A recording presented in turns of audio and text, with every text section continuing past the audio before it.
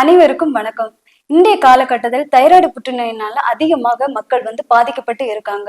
நாம் இன்று தைராய்டு புற்றுநோய் தொடர்பான சந்தேகங்களுக்கு விளக்கம் தர நமது கேஎம்சி மருத்துவமனையில் பணிபுரியும் தைராய்டு புற்றுநோய் பிரிவில் பணிபுரியும் டாக்டர் ராகேஷ் சந்துரு நம்மோடு இணைந்துள்ளார். வணக்கம் சார். வணக்கம் டாக்டர். தைராய்டு புற்றுநோய்னா என்ன? தைராய்டு புற்றுநோய் அப்படிங்கிறது நம்மளுடைய தைராய்டு சுரப்பி, நம்ம முன்கழுத்து பகுதியில் இருக்கக்கூடிய ஒரு வகையான நாளமில்லா சுரப்பி. ஸோ இந்த சுரப்பியிலிருந்து உருவாகக்கூடிய ஒரு புற்றுநோய் தான் தைராய்டு புற்றுநோய். ஸோ இந்த புற்றுநோயில நிறைய டைப் இருக்கு. ஸோ காமனா பார்த்தீங்கன்னா பொதுவாக வரக்கூடிய தைராய்டு புற்றுநோய் ரொம்ப மெதுவாக வளரக்கூடியவை, அதாவது ஸ்லோ க்ரோயிங் டியூமர்ஸ். ஸோ அதனால அதுல பார்த்தீங்கன்னா ஈஸியா நம்மளால கியூர் பண்ண முடியும். இந்த மாதிரியான புற்றுநோய் பொதுவாக ஒரு 30 to 60 வயது உட்பட்ட பெண்களுக்கு அதிகமா காணப்படும். ஆண்களுக்கும் மற்ற வயதுடையவர்களுக்கும் கூட இது வரலாம். பட் காமனா லேடிஸ்க்கு ரொம்ப அதிகமா இந்த புற்றுநோய் வந்துட்டு இருக்கு. தைராய்டு புற்றுநோய் வருவதற்கான முக்கிய காரணங்கள் என்னென்ன? காரணங்கள் அப்படின்னு சொல்றதுல நிறைய காரணங்கள் இருக்குது. ஸோ ஃபர்ஸ்ட் பாத்தீங்கன்னா குடும்ப ரீதியாக, குடும்பத்துல யாருக்காவது தைராய்டு கேன்சர்ஸ் இருக்குன்னா ஃபேமிலியில வர்றதுக்கான சான்சஸ் ரொம்ப அதிகம். ரெண்டாவது, சில மரபணு மாற்றங்கள்னால ஹெரிடிட்டரி தைராய்டு கேன்சர்ஸ், ஜெனட்டிக் கேன்சர்ஸும் ரொம்ப ரேரா வரலாம். சிறு வயதில் ரேடியேஷன், சில குழந்தைங்களுக்கு பார்த்தீங்கன்னா ரேடியேஷன் ட்ரீட்மெண்ட், கதிர்வீச்சு சிகிச்சை மற்ற நோய்களுக்காக சில டைம் கொடுத்துருப்பாங்க. ஸோ அந்த மாதிரியான ட்ரீட்மெண்ட் எடுத்திருந்தாலும் கேன்சர்ஸ் வரதுக்கான சான்சஸ் இருக்கு. ஸோ இது எதுவுமே இல்லாம ஒரு தைராய்டு கட்டி, சாதாரணமான சிறிய கட்டி நம்ம காமனா இப்ப நிறைய பேருக்கு இருக்கு. ஸோ அந்த கட்டிகள் ஒரு 5 to 10% மக்களுக்கு என்ன ஆகும்னா அது பெரிதாகி கேன்சரா மாறதுக்கான சான்சஸ் இருக்கு. பட் பெரும்பாலுமான தைராய்டு கட்டிகள் உங்களுக்கு சாதாரணமான கட்டிகள் தான். 80 to 90% சாதா கட்டிகள் தான். ஒரு 5 to 10% பாத்தீங்கன்னா கேன்சர் கட்டிகளாக மாறுவதற்கு சான்சஸ் இருக்கு. என்னென்ன அறிகுறிகள் இந்த நோயினால வருது? ஸோ அறிகுறிகள்னு சொல்றதுல ஆரம்ப கட்டத்துல எந்த அறிகுறிகளும் தெரியறதில்லை. சிறிய கட்டிகளாக இருக்கும் பொழுது நமக்கு யூஸ்வலா கழுத்து பகுதியிலேயே அந்த கட்டிகள் வெளியே தெரியறதில்லை. ஒரு ஹெல்த் செக்அப் பண்றோம், ஒரு அல்ட்ராசவுண்ட் ஸ்கேன் பண்றோம், அந்த மாதிரி விஷயங்கள்ல நமக்கு இந்த நாடியூல்ஸ்னு கொடுப்பாங்க, கட்டிகள் இருக்கலாம். ஸோ இது வளர வளர வெளியே தெரியும். முன்கழுத்து பகுதியில ஒரு உருண்டையா ஒரு கட்டி தெரியலாம். ஸோ இந்த கட்டி உங்களுக்கு எந்த சிம்டம்ஸுமே கேன்சரா இருந்தா கூட தெரியாது. ஒரு வலியோ வேற எந்த பிரச்சனையுமோ இனிஷியலா ஒண்ணுமே காட்டுறது இல்லை. அதை நம்ம கண்டுக்காம விட்டோம், பெருசாயிட்டே போகுது, வளர்ந்துருச்சு, ரொம்ப பெரிய சைஸ்ல ஆயிடுச்சுன்னா அது அழுத்தம் கொடுக்கும். மூச்சு குழாய், உணவு குழாய் எல்லாம் அழுத்தம் கொடுக்கும்போது உங்களுக்கு மூச்சு விடுவதில் சிரமம், சுவாசிப்பதில் சிரமம், ஒரு சிலருக்கு குரல் நரம்ப பாதிக்கும் பொழுது குரல் மாற்றம், இந்த மாதிரியான ப்ராப்ளம் எல்லாமே வரலாம். Okay sir. இப்போ அறிகுறிகள் எதுவுமே நம்ம தெரியல, அப்படி இருக்கும்போது இதை நம்ம ஃபர்ஸ்ட் எப்படி இதை கண்டுபிடிக்கிறது? ஸோ ஓகே, அப்போ நம்ம பார்த்தீங்கன்னா இதில் ஒரு முன்கழுத்து பகுதியில் ஒரு சின்ன கட்டியாகவோ இல்லை ஒரு ஹெல்த் செக்அப்பில் அல்ட்ராசவுண்ட் ஸ்கேன் பண்ணியிருக்கீங்க, அதில் ஒரு கட்டியாகவோ இருக்கும் பொழுது நம்ம இதை கண்டிப்பாக மருத்துவ பரிசோதனை செய்யணும். ஒரு மருத்துவரை ஆலோசனை பண்ணி நீங்கள் என்ன பண்ணணும் அப்படின்னா, இதில் 2 விதமான டெஸ்ட் நாங்கள் பண்ணுறோம். ஒன்று அல்ட்ராசவுண்ட் ஸ்கேன். ஸோ இது ஒரு சாதாரணமாக பண்ணக்கூடிய ஸ்கேன் தான், ஒரு ரேடியேஷன் எதுவுமே இதுல கிடையாது. எத்தனை வாட்டி வேணாலும் இந்த ஸ்கேன் பண்ணிக்கலாம்.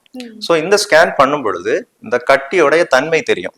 எந்த மாதிரியான கட்டி, இது கேன்சரா இருக்கிறதுக்கு வாய்ப்பு இருக்கா இல்லையா அப்படிங்கிறது நமக்கு இந்த ஸ்கேன்ல ஒரு ப்ரெடிக்ஷன் பண்ணலாம். ரெண்டாவது, நம்ம இதுல இருந்து ஒரு இந்த செல்களை எடுத்து பரிசோதனை பண்ணக்கூடிய டெஸ்ட், அதை நம்ம FNACன்னு சொல்லுவோம், ஃபைன் நீடில் ஆஸ்பிரேஷன் சைட்டாலஜி. இந்த டெஸ்ட் பண்ணி செல்களை எடுத்து பரிசோதனைக்கு அனுப்பி பார்க்குறோம், கேன்சர் செல்களா இல்லை சாதாரணமான செல்களா அப்படிங்கிறத அதுல கண்டுபிடிக்க முடியும். ஸோ இந்த 2 டெஸ்ட், பேஷண்ட்ஸை நம்ம பரிசோதனை எல்லாத்தையும் வச்சு நம்ம ஒரு கன்க்ளூஷன் வர முடியும். இதுக்கு என்ன பண்ணலாம், இது கேன்சரா இருக்க வாய்ப்பு இருக்கா இல்லையாங்கிறத நமக்கு தெரிய முடியும். சார், இந்த நோய்க்கு எந்த மாதிரியான ட்ரீட்மெண்ட் நம்ம எடுத்துக்கலாம்? ஓகே, இப்போ நம்ம எல்லா டெஸ்ட்டும் பண்ணி நமக்கு தைராய்டு புற்றுநோய் அப்படின்னு உறுதிப்படுத்திட்டோம் அப்படின்னு சொல்லியாச்சுன்னா நம்ம ஃபர்ஸ்ட் ஸ்டெப்பே சர்ஜரி தான். இதுல அறுவை சிகிச்சை பண்றோம். ஸோ அறுவை சிகிச்சைங்கிற இதுல 2 டைப் ஆஃப் சர்ஜரி இருக்கு. ஒன்று ஹெமிதைராய்டெக்டமின்னு சொல்லுவோம், அதாவது பாதி தைராய்டு கிளாண்டை மட்டும் எடுக்கிறது. இன்னொன்று டோட்டல் தைராய்டெக்டமி. பெரும்பாலான கேன்சருக்கு நம்ம டோட்டல் தைராய்டெக்டமி, முழுமையாக தைராய்டு சுரப்பியை கம்ப்ளீட்டா நம்ம அந்த கட்டியோட சேர்த்து ரிமூவ் பண்ணிடுவோம். ஸோ இதுதான் நம்ம ஃபர்ஸ்ட் பண்ற ப்ரொசீஜர். ரெண்டாவது, இந்த கட்டியை நம்ம எடுத்து பரிசோதனைக்கு கம்ப்ளீட்டா திரும்ப அனுப்பி பார்க்குறோம். அதுல நமக்கு தெரியும் எந்த டைப் ஆஃப் தைராய்டு கேன்சர், என்ன இதுல என்ன மாதிரி நிறைய டைப் இருக்கு. மோசமான கேன்சர்ஸும் இருக்கு, நல்ல கேன்சர். பெரும்பாலும் தைராய்டு கேன்சர்ஸ் நல்ல கேன்சர்ஸ் தான் வரும். ஸோ இந்த கேன்சர் அது எவ்வளவு தூரம் ஸ்ப்ரெட் ஆயிருக்கு, என்ன ரிஸ்க்ல இருக்கு, எல்லாத்தையும் வச்சு ஃபர்தரா நம்ம ட்ரீட்மெண்ட் பண்ணுவோம். ஸோ யூஸ்வலி பார்த்தீங்கன்னா நம்ம வந்து இதுக்கு ஒரு கதிர்வீச்சு ட்ரீட்மெண்ட், அதாவது ரேடியோ அயோடின் தெரப்பி அப்படின்னு சொல்லுவோம். ஸோ இந்த ட்ரீட்மெண்ட் வந்து ஸ்பெசிஃபிக்காக இந்த தைராய்டு கேன்சர்ஸுக்கு தான் நம்ம இது பண்ணிட்டு இருக்கிறது. ஸோ இது மற்ற கதிர்வீச்சு மாதிரி ஒரு பாதிப்பு, உடம்பை பாதிப்பு தரக்கூடிய ஒரு சிகிச்சை கிடையாது. சைடு எஃபெக்ட்ஸ் ரொம்ப கம்மி. பேஷண்ட்ஸுக்கு கம்ப்ளீட்டா நம்ம இதை கொடுத்து அந்த செல்களை, மீதம் இருக்க செல்களை அழிச்சிடலாம் நம்ம. ஆபரேஷனுக்கு பிறகு வந்து நம்மளோட குரல்ல வந்து ஏதாவது மாற்றம் ஏற்படுமா? ஓகே, தைராய்டு அறுவை சிகிச்சையை பொறுத்த அளவுல மக்களுக்கு இருக்க பயமே இதுதான், குரல் மாற்றம் அப்படிங்கிறது. ஸோ எல்லாருமே குரல் மாறிடுமோங்கிற பயத்திலேயே அறுவை சிகிச்சை செய்யாம இருப்பாங்க. ஸோ இது வந்து ரொம்ப காமன் ஒன்றும் கிடையாது. ஒரு சிலருக்கு குரல் மாற்றம் வரலாம். ஸோ யூஸ்வலா அந்த புற்றுநோய் கட்டி வந்து அந்த நரம்பை பாதிச்சிருந்துச்சுன்னா நமக்கு வேற வழி இல்லை, அதையும் சேர்த்து நம்ம எடுக்க வேண்டியிருக்கும். ஸோ அந்த மாதிரி சுச்சுவேஷன்ல குரல் மாற்றம் வரலாம். ரெண்டாவது, நம்ம ஒரு அனுபவிக்கல் தைராய்டு அறுவை சிகிச்சை நிபுணர் பண்றச்சுல இந்த மாதிரி மாற்றம் வர்றதுக்கான சான்சஸ் ரொம்ப கம்மி.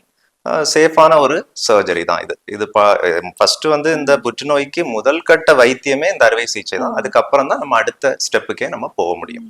இப்போ ஆபரேஷனுக்கு பிறகு வந்து நம்மளுடைய உடம்புல வந்து பிற பக்க விளைவுகள் வந்து ஏற்படுத்துமா? தைராய்டு அறுவை சிகிச்சைக்கு பிறகு பாதிப்புகள் பெரிதாக இருக்கிறது இல்லை. என்ன அப்படின்னு பாத்தீங்கன்னா, நம்மளுடைய கிளாண்ட், தைராய்டு சுரப்பியை கம்ப்ளீட்டா அந்த ஆபரேஷன்ல நம்ம ரிமூவ் பண்றோம். கட்டியை மட்டும் இல்லை எடுக்கிறது. இந்த கிளாண்டே, தைராய்டு சுரப்பியை கம்ப்ளீட்டா அந்த புற்றுநோயா உருமாறி இருக்கும் அந்த. ஸோ அதனால நம்ம முழு தைராய்டு கிளாண்டை தான் நம்ம எடுக்கிறோம். அதுதான் நம்ம டோட்டல் தைராய்டெக்டமின்னு ஆரம்பத்துல சொல்லியிருந்தேன். ஸோ இந்த அறுவை சிகிச்சைக்கு பிறகு நமக்கு ஹார்மோன் உற்பத்தி உடம்புல இருக்காது. அதற்கு பதிலாக நம்ம டேப்லெட், தைராய்டு டேப்லெட்ஸ் பேஷண்ட்ஸ்க்கு கொடுக்குறோம். ஸோ இந்த டேப்லெட் கரெக்டான டோஸ்ல மருத்துவ ஆலோசனையில எடுக்கும் பொழுது எந்த பிரச்சனையும் வருவதில்லை. நம்ம அதே மாதிரி கால்சியம் குறைபாடும் சில பேஷண்ட்ஸுக்கு டெம்பரரியா கொஞ்ச நாளத்துக்கு நமக்கு இந்த தைராய்டு ஆப்ரேஷன் பிறகு இருக்கும். ஸோ அதற்கும் நம்ம கால்சியம் டேப்லெட்ஸ் கொடுக்குறோம். ஸோ இந்த மாதிரி மருத்துவ ஆலோசனை பெற்று கரெக்டான ட்ரீட்மெண்ட் எடுத்தாங்கன்னா பெரிய அளவுல உடல் பாதிப்பு எதுவும் கிடையாது. தைராய்டு ஆப்ரேஷன் முடிஞ்சு ஒரு 1 வீக்லயே பேஷண்ட்ஸ் வந்து நார்மல் ரொட்டீன் அவங்களுடைய தினசரி வேலை செய்யற அளவுக்குள்ள எல்லாமே பண்ண முடியும்.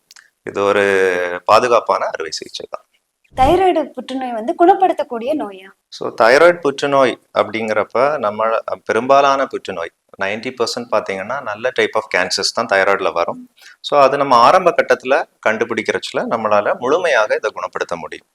ஸோ ஒரு சில ரேர் டியூமர்ஸ், தைராய்ட்லேயே சில மோசமான கேன்சர்ஸ் இருக்கு, அது கொஞ்சம் ஃபாஸ்ட்டாக க்ரோ ஆகக்கூடிய கேன்சர்ஸ் இருக்கு. அந்த மாதிரி கேன்சர்ஸை மட்டும் நமக்கு கொஞ்சம் குணப்படுத்துறது, கம்ப்ளீட்டாக குணப்படுத்துறது கஷ்டம். அதற்கு கீமோதெரப்பி, ரேடியேஷன் அந்த மாதிரி ட்ரீட்மெண்ட் போகும். பட் பெரும்பாலான கேன்சர்ஸ் வந்து நம்மளால கம்ப்ளீட்டாக 100% நம்மளால கியூர் பண்ண முடியும். பட் பேஷண்ட்ஸ் வந்து ஆரம்ப கட்டத்திலேயே நம்ம கிட்ட வந்தாச்சுன்னு சொல்லியாச்சுன்னா ரொம்ப ஈஸியா ட்ரீட் பண்ணிடலாம்.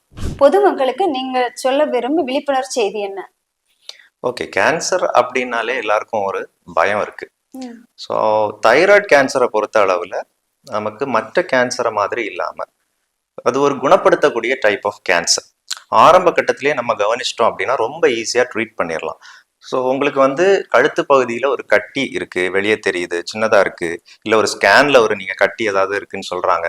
ஸோ அந்த மாதிரி இருந்தால் கட்டாயம் நீங்க மருத்துவ பரிசோதனை மேற்கொள்ள வேண்டும்.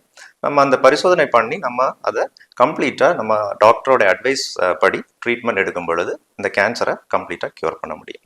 ஓகே சார், எவ்வளவு பணிகள் வந்து இருந்தாலுமே நம்மளுக்காக இவ்வளவு நேரம் தைராய்டு தொடர்பான சந்தேகங்களுக்கு விளக்கம் அளித்த நமது KMC மருத்துவமனையின் தைராய்டு புற்றுநோய் நிபுணர் டாக்டர் ராகேஷ் சந்துரு அவர்களுக்கு நமது மருத்துவமனையின் சார்பாகவும் நேயர்கள் சார்பாகவும் மிக்க நன்றியை தெரிவித்துக் கொள்கிறேன். நன்றி.